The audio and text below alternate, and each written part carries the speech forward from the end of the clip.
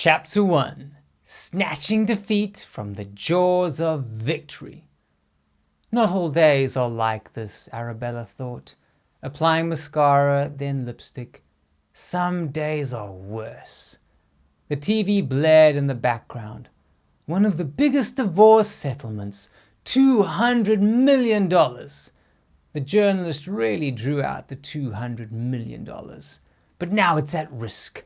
A dramatic beat sounded as the journalist turned to some expert on divorces, from a celebrity gossip magazine, no doubt. Arabella didn't bother to look. Tell our viewers what's happening in the court today and why it's so important. Thanks, Lucy. Well, we've been covering this for months. Cats versus cats, scandal after scandal. We thought Mrs. Katz had finally got her due when she was awarded her $200 million settlement. The poor thing. After all she had to endure with the pictures and the texts that came out, Mr. Katz should be ashamed of himself. Well, that's very interesting. Please tell our viewers what's happening today.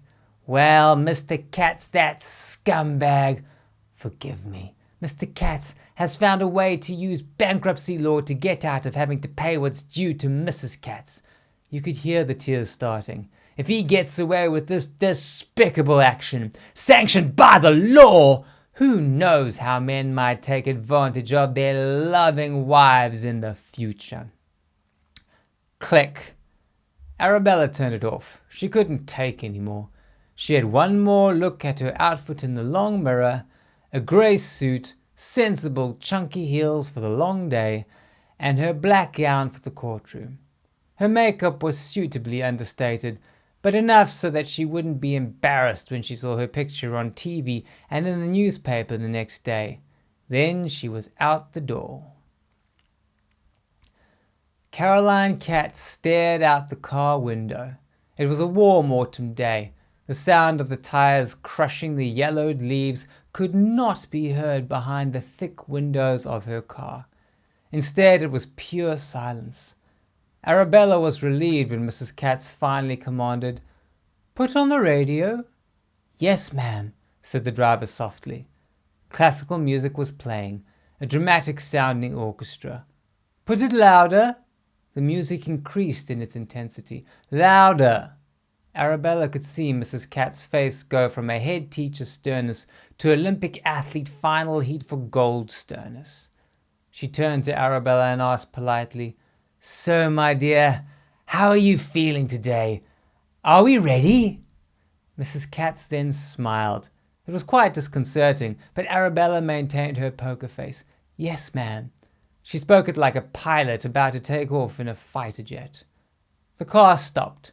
The driver got out to open the door for Mrs. Katz, while Arabella exited the car on her own. They fought their way through the media scrum up the steps to the courthouse. At the top of the steps, Mrs. Katz stopped for a moment, as if to say something. The clicks of the cameras sounded like a firing squad. She then quickly continued into the courthouse. Mrs. Katz clearly has had more practice, thought Arabella. "The judge wants to see you," said Arabella's assistant. Arabella was in the middle of a last-minute review of her notes. Her court chambers were piled high with papers, not nearly as plush as her client office, but all lawyers got a broom cupboard at the court. Mrs. Katz sat quietly on the hard wooden chair. "Do you mind getting me some tea while I wait?" said Mrs. Katz. "3 sugars, please." Arabella's assistant scurried away. "Won't be a moment," said Arabella, leaving for the judge. "John Dick," said Arabella. "That's John Richard to you. The lancers are out, remember. Today we joust and must be proper." Arabella had known John Richard since law school and had been on the opposing side of many a courtroom battle. "I see you got your wall paint on today there, Miss James." He emphasized the miss. "Are you getting your picture taken? A fashion spread? Maybe some talk shows? You know, those heels would be perfect if they were a little higher, a little chunkier on the front, and less fat on the back. He stopped to look up into the ceiling. He took a slow, deep breath. I could even see you doing a special kind of dance in those. Maybe later? She scowled and just stared at the judge's closed door. You started it, Miss James, Miss Jimmy. I did not, she snapped back. You called me Dick, pleaded John. That's your name. Please stop or I will have you for sexual harassment. Sounds like I'm going to need a good lawyer. Do you know one? She just rolled her eyes. Mercifully, the court steward then called the two of them into the judge's office. I'm going to keep this short and keep this clear. You understand me? Said the judge. Yes, sir, they said in unison. We have a circus out there and I don't want a circus in my court, okay? Yes, sir, again said in chorus. We are focusing on the law today, not public opinion. There is no jury, just me. So please put your violins away. There was a beat of silence. Yes, sir. All rise, said the court steward as the judge entered the courtroom. The judge's gavel came down with a heavy crack. Let's begin, he said. Mr. Richard, please tell us why we are here today. John Richard stood up. His chair made no sound as he purposely had pushed it back far enough. All part of his carefully calculated courtroom theatre. Mr. Katz sat next to John with a disinterested expression, legs crossed in a finely tailored suit. Left hand rested over right on his knee with a gold pinky ring conspicuous.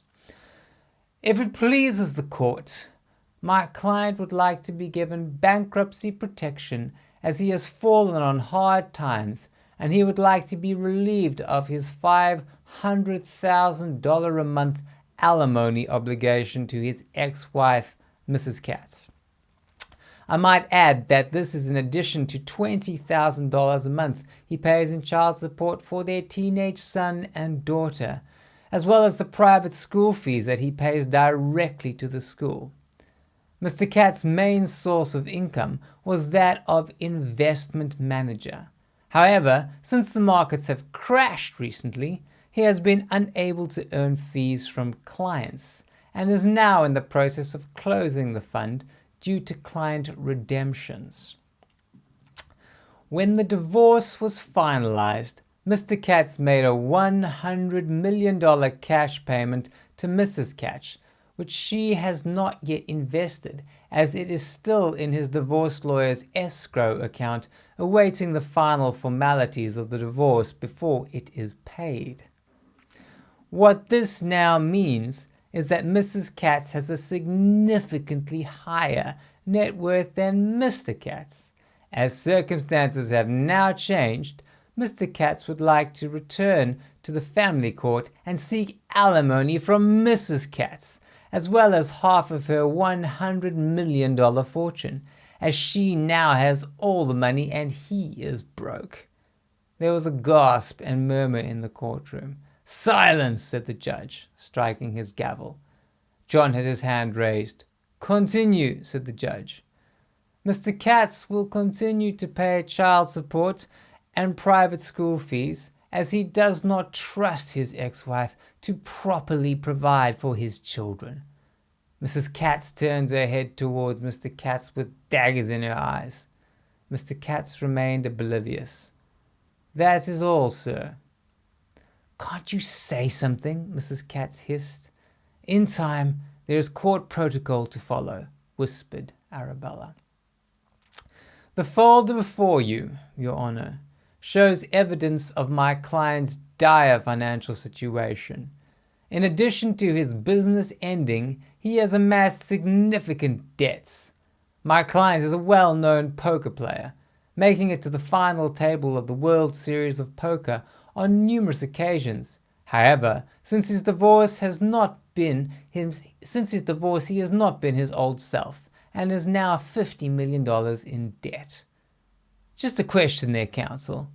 If your man is broke and owes $50 million, How is he going to pay child support and private school fees? Said the judge. A fair point.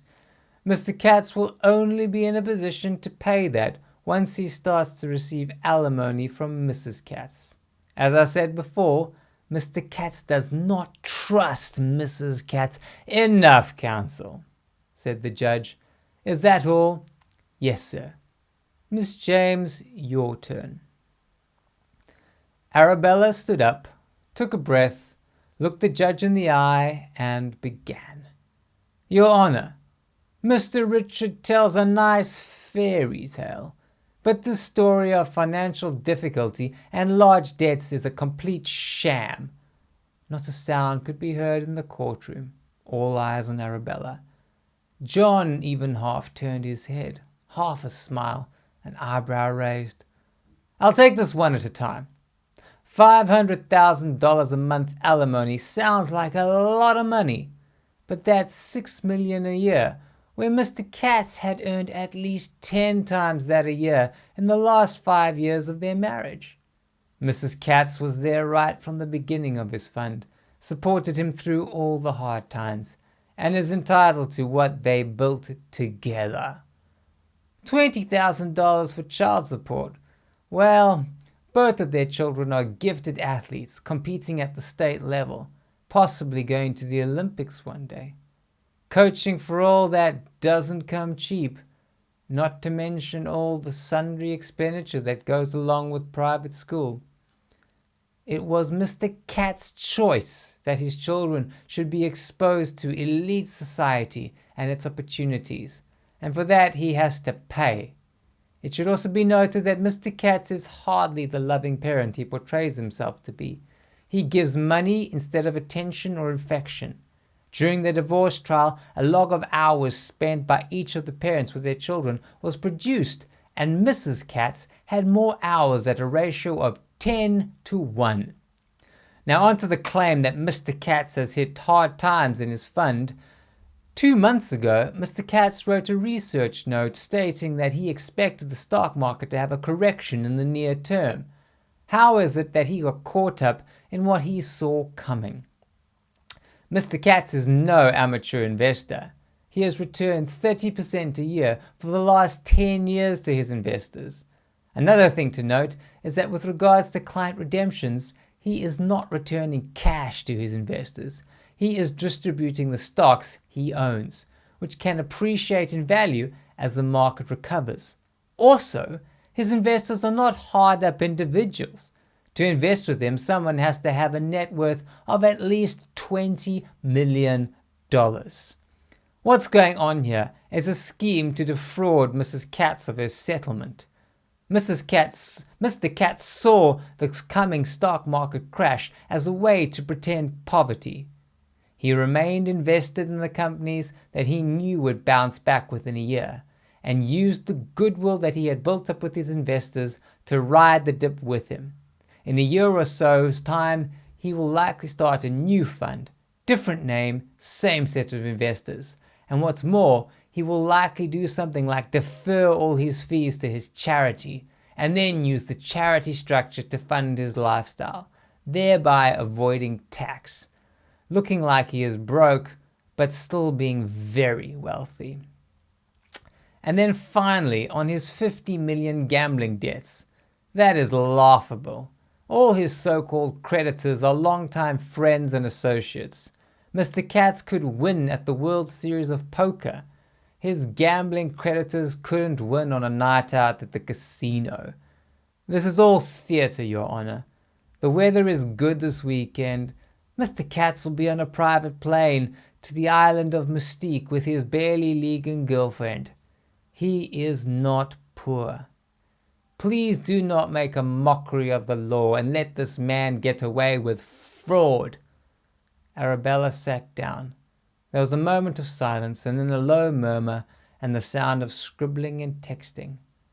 The gossip columns are going to go crazy with all of that, thought Arabella. If that is all, said the judge, I will now deliberate. Court is in recess. There was a firm thud from the sound of his gavel. Cold water was running in the bathroom. Arabella was about to splash some onto her face when she suddenly remembered her makeup. She turned off the water and took a moment to stare into the mirror and take a deep breath. Back in her chambers, Mrs. Katz was drinking a cup of tea and had an almost pleasant demeanor. Arabella leaned back in her chair to take her first sip from the now cold tea. She grimaced. Her assistant had left the tea bag in too long and was now bitter. She put the tea to one side. "Could you get me some water, please?" Her assistant obeyed. Well, I think that went quite well," said Mrs. Katz in a magisterial tone. "Whatever happens, the world now knows the crooked scheme he's been cooking up. I've been in the courts for years now. Heaven knows I'll be in the courts for years more. But the world now knows what a slime bag he is."